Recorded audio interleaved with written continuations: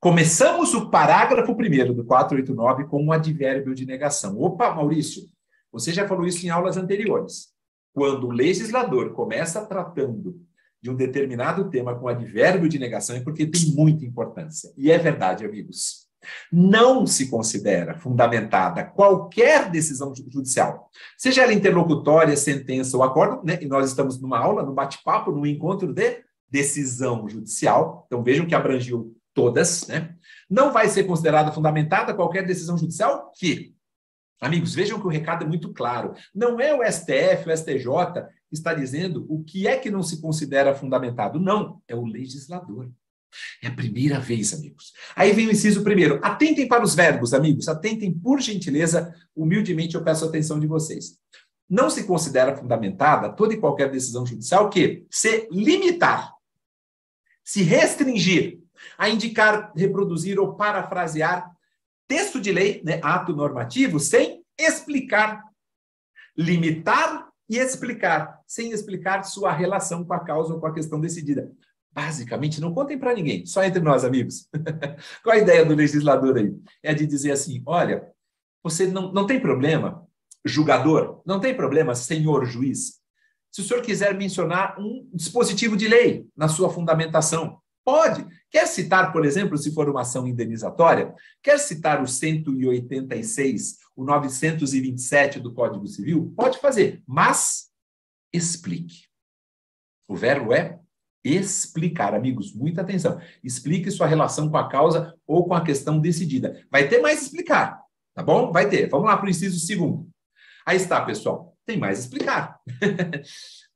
Não se considera fundamentada toda e qualquer decisão judicial que empregar conceitos jurídicos indeterminados sem explicar o motivo concreto da sua incidência no caso. Da mesma forma que ocorre em relação ao inciso primeiro, por favor, cite o artigo de lei que você quiser citar, mas explique a relação com a causa ou a questão decidida. Por que o 186 está ali? Por que o 927 está ali? E nesse inciso segundo, você quer falar, por exemplo, de dignidade da pessoa humana? Tem algum conceito jurídico mais indeterminado, amigos, do que dignidade da pessoa humana? Eu, particularmente, entendo que não, né? Tem outros vários, né? Mas, para mim, dignidade da pessoa humana é muito aberto, né?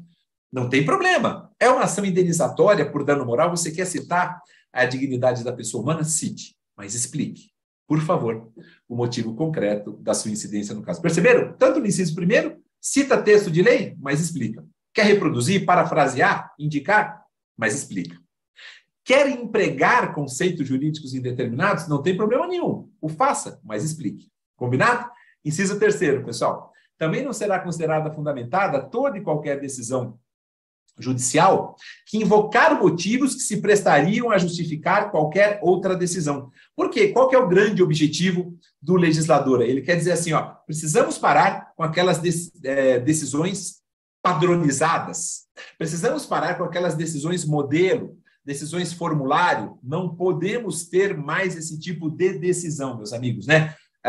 Por exemplo, pessoal, decisões como mantenho a decisão por seus próprios fundamentos, nada há a esclarecer, né? Tem vários exemplos aí que nós temos espalhados ao longo, né, da nossa rotina forense, do nosso dia a dia forense. Então, esse tipo de decisão não será considerada fundamentada. É como eu costumo dizer o seguinte, amigos, tem que tratar cada processo julgador como se fosse um filho seu. Nós precisamos nos colocar no lugar das pessoas. As pessoas que buscaram o judiciário, elas querem uma resposta, um mínimo, que nós, como magistrados, estou falando, né, obviamente, de mim, me enquadrando, o mínimo que a magistratura tem que fazer é dar uma resposta correta e completa ao jurisdicionado. Não é simplesmente dizer, eu vou só analisar isso, eu vou só analisar aquilo, porque é aquilo que me interessa. Tanto não é assim, e por isso que o legislador fala, não é para ficar adotando decisões padronizadas, que no inciso 4, está aí na telinha, pessoal, nós temos a visão clara de que saímos de um sistema de fundamentação suficiente para um sistema de fundamentação exauriente. Porque aí está dizendo o seguinte, pessoal, não será considerada fundamentada toda e qualquer decisão judicial que não enfrentar todos os argumentos deduzidos no processo, capazes de, em tese, infirmar, quer dizer, contrariar a conclusão adotada pelo julgador. Então, é necessário, e vejam que o legislador usou a palavrinha todos, não utilizou alguns. É necessário que o juiz enfrente, sim, todos aqueles argumentos que estão nos autos e que têm a possibilidade de, em tese, contrariar a conclusão que ele está adotando. Isso nós podemos entender, compreender tranquilamente como uma transformação para um sistema de fundamentação exauriente, tá bom? Acho que fica bem claro, pelo menos nesse recado que o legislador dá aí no inciso 4. Não é para o juiz analisar só aquilo que lhe interessa, é para analisar todos, tá bom? Dito isso, pessoal, temos mais 2 incisos, o 5. Olha, também não será considerada fundamentada toda e qualquer decisão judicial que se limitar a invocar um precedente ou uma súmula sem identificar fundamentos determinantes, nem demonstrar que o caso sob julgamento se ajusta àqueles fundamentos. Basicamente assim, juiz, você quer citar um precedente? Você quer citar uma súmula do STJ, do STF na sua fundamentação? Ok, ninguém vai impedir você de fazer isso. Porém, se você fizer isso, mas não identificar qual é o fundamento determinante ou não demonstrar que aquele caso que você está julgando se ajusta àqueles fundamentos, sua decisão não será considerada fundamentada. Sabe, amigos, por que tem isso? Olha, por que tem esse recado, essa mens legis, né? No 489, parágrafo 1º, desde o inciso 1º até agora, para dizer assim, se o juiz quiser citar texto de lei, quer empregar conceitos jurídicos determinados, né? Quer invocar um precedente ou uma súmula, não tem problema de fazer, mas explica o porquê. Só isso. E no inciso 3, o que se fala? Para com as decisões padronizadas, decisões modelos. E no inciso 4, enfrente todos os argumentos. É muito simples. Não é redobrar a tarefa do juiz. Todo juiz tem obrigação de assim proceder desde o seu primeiro dia em que ele profere uma determinada decisão. É o mínimo que se espera de um magistrado. É o mínimo. E para finalizar, meus amigos, vamos para o inciso 6, que diz o seguinte, que também não se considera fundamentada toda e qualquer decisão judicial que deixar de seguir uma súmula, uma jurisprudência, um precedente que a parte tenha trazido, sem demonstrar distinguishing ou overruling, sem demonstrar distinção ou superação. Então, basicamente se a parte traz uma súmula, o raciocínio é esse, se a parte traz uma jurisprudência ou traz um precedente, e aquilo não se aplica no caso que está sendo julgado, mas se aplica a um caso distinto, o juiz tem a obrigação de fazer o distinguishing. É isso que se quer. Não, Maurício, o precedente, a súmula ou jurisprudência que se trouxe, na verdade, já está superada. Ok, o juiz tem que dizer que, olha, eu não vou acatar esse seu precedente, essa súmula ou essa jurisprudência, parte, sabe por quê? Porque o entendimento que está ali consagrado desse precedente, súmula ou jurisprudência, esse entendimento já está superado. Tá bom, amigos? Amigos, vou voltar aqui para mim. Perceberam? Perceberam, não é? Os incisos do parágrafo 1º são muito importantes. Todos os 6 são extremamente importantes e vocês notam qual foi a nítida preocupação do legislador. Sabem qual é? Melhorar a qualidade da fundamentação das decisões judiciais. Amigos, chega, né, de presentes o fumus boniuris e o periculum in mora, defiro eliminar. Ausentes o fumus boniuris e o periculum in mora, indefiro eliminar. Eu estou dando apenas 2 exemplozinhos de liminares, né, que são deferidas ou indeferidas sem qualquer tipo de fundamentação. Só tem um detalhe, pessoal, não se esqueçam. Infelizmente, e eu digo isso com dor no coração, mas eu entendo, eu respeito. A jurisprudência, ela admite a fundamentação per relationem. Lembram dela?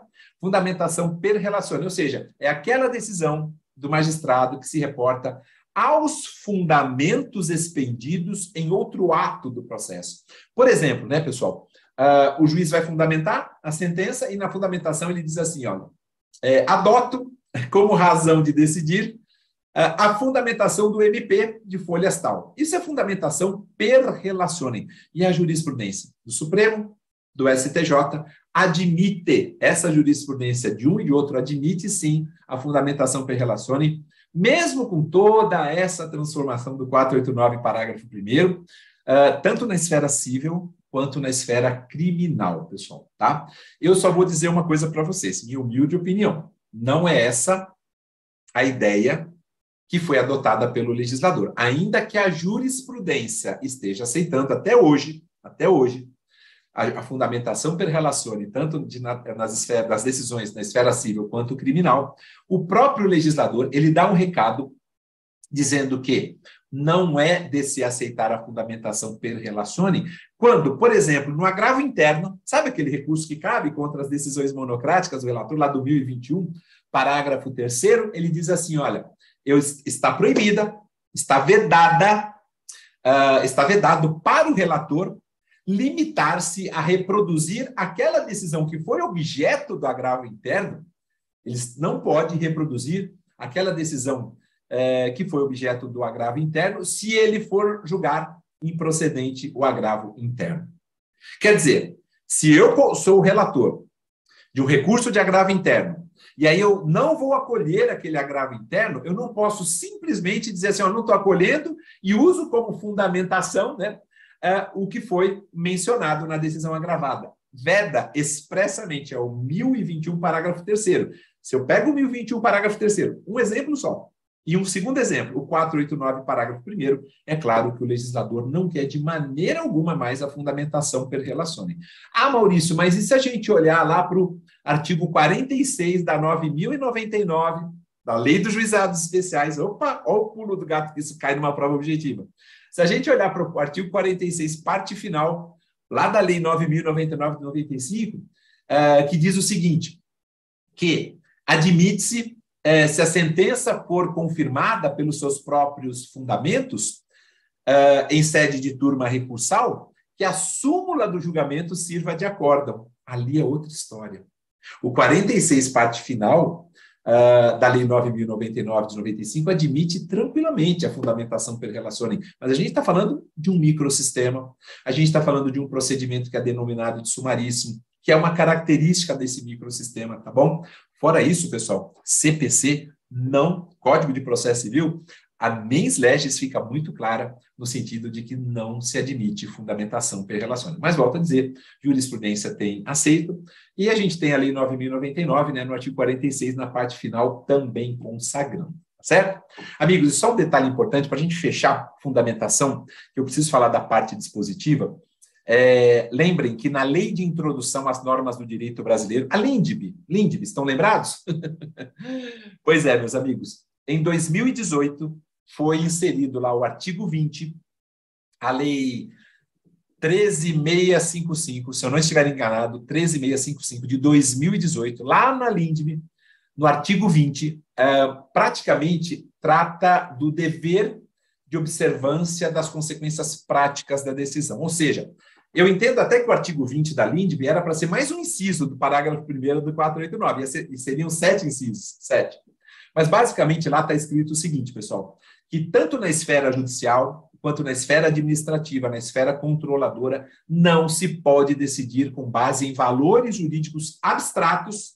Lembra que a gente falou de conceitos jurídicos indeterminados, né? Então, nessas esferas, não se pode decidir com base em valores jurídicos abstratos, sem que sejam consideradas as consequências práticas da decisão. E tem um parágrafo único também desse artigo 20, dizendo que a fundamentação, a motivação, ela tem que demonstrar qual é a necessidade, qual é a adequação, necessidade e adequação, um binômio, né? Necessidade e adequação daquela medida que está sendo imposta ali da decisão, ou da invalidação do ato, do contrato, do ajuste, do processo, da norma administrativa, inclusive em face das possíveis alternativas. Esse artigo 20 da LINDB, sem sombra de dúvidas, é um reforço no sentido de que o julgador precisa se preocupar com a qualidade da fundamentação das decisões judiciais, porque vejam que no caput do artigo 20, pessoal, lá está escrito que o juiz precisa levar em consideração as consequências práticas da decisão. Basicamente, o artigo 20 da LINDB, repito, que na minha opinião poderia ser tranquilamente o inciso 7 do parágrafo 1º do 489, a relevância desse artigo 20 da LINDB está no sentido de deixar claro que o julgador, num determinado cenário, ele precisa, sim, levar em consideração as consequências práticas da sua decisão. Mais do que isso, o julgador, o juiz, na sua decisão, ele tem que expor o caminho que o seu raciocínio acabou percorrendo para chegar a uma percepção, né, sobre essas consequências e, obviamente, para escolher qual foi a opção que acabou lhe parecendo ali mais adequada naquele caso. É basicamente dizer o seguinte, olha, quando você decidir, magistrado, fundamente, analise as consequências práticas, se for o caso, faça referência. Por exemplo, se você vai decidir, vai fixar uma astraente, mencione. Olha, quais são as consequências práticas? Se não cumprir a obrigação de fazer, astraente diária, limitada a tanto. Né? Por quê? Porque se isso não acontecer, você vai ter que pagar. Esse valor é invertido para a parte contrária, são as consequências práticas. Tudo isso tem que ser levado em consideração pelo julgador quando fundamenta uma decisão. Tá certo? E eu queria trazer rapidamente aqui 4, 5 obras para mostrar para vocês que podem ajudá-los.